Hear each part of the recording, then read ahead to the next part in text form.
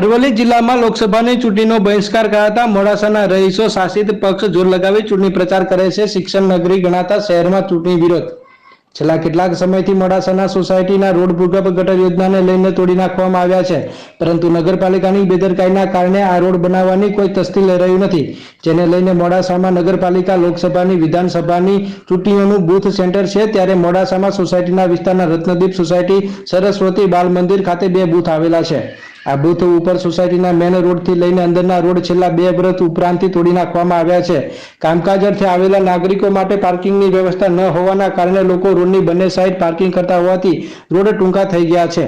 ત્યારે લોકો માટે, સિનિયર સિટીઝન માટે, દિવ્યાંગો માટે વોટિંગ કરવું જવું એ કષ્ટદાયક બને એવું છે અને વોટિંગ વખતે કોઈ ગંભીર અકસ્માત બને તો એમ્બ્યુલન્સ કે ડોક્ટરની સારવાર પણ મળી શકે એમ નથી। આવા સમયે રોડની વૈકલ્પિક વ્યવસ્થા નગરપાલિકા દ્વારા થાય, જેથી કરીને લોકો મતદાન કરી શકે। વ્યવસ્થા નહીં થાય તો Ratnadeep society, Rishikesh society, Yamunanagar society, Nijanand society, Nalanda 1, Yamunanagar Kartikeya સોસાયટીના રહીશોએ લોકસભાની ચૂંટણી બહિષ્કારની ચીમકી ઉચ્ચારી છે।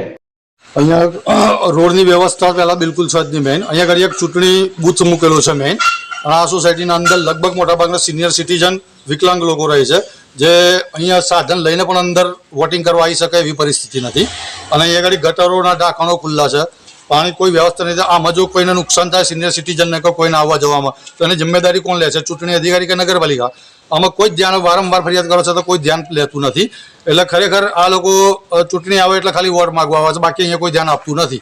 એટલે આ વખતે ખરેખર જો અહીંયા આગળ બૂથ આપવું હોય તો તાત્કાલિક આ રોડનો નિકાલ કરો અને અહીંયા આગળ રોડ બનાવી આપો, નકર આ વખત કોઈ સિનિયર સિટીઝન આપવા નહીં આવો વોટ। મારું નટુભાઈ પુરુષોત્તમદાસ, નિજાનંદ સોસાયટી મોડાસા। આજ રોજ Rishikesh society, Nijanand society, Ratnadeep society અને યમુનાનગર કૃષ્ણનગર સોસાયટીના રહીશો આજ રોજ ભેગા થયા છીએ અને આ રોડ વારંવાર આ રોડની બનાવવાની માગણી કરવા છતાં રોડ નગરપાલિકાવાળાઓ બનાવતા નથી। તો રોડ નહીં તો વોટ નહીં, રોડ નહીં તો વોટ નહીં, રોડ નહીં તો વોટ નહીં, એવા વોટ નહીં એવા ઋષિકેશ તમામ 25 સોસાયટીના માણસો ભેગા થઈ જો રોડ નહીં બને તો વોટ આપીશું અને પ્રચાર અને વોટિંગનો બહિષ્કાર કરીશું અને કોઈ પણ અને જો અને 2 ચૂંટણી બૂથ હોવા છતાં અહીં રોડ કરેલ નથી। આવવા જવાનું બહુ મુશ્કેલી થાય છે। સિનિયર સિટીઝન માણસો છે, 1-1 ફૂટના ખાડા પડી ગયેલ છે, તેમ છતાં આ રોડ બનેલ નથી। તો રોડ નહીં, વોટ નહીં। કોઈ કંગાળ હાલતમાં રોડ થઈ ગયો। મેઇન રોડ અમારો ઋષિકેશ, રત્નદીપ અને યમુનાનગરનો રોડ આખો બાકી છે। 2 વર્ષથી માગણી છે, રજૂઆત કરવામાં આવે છે, કોઈ ધ્યાન ઉપર તંત્ર લેતું નથી। બીજું કે અમારી ઋષિકેશ સોસાયટીમાં મેઇન 2 બૂથ છે ચૂંટણીના।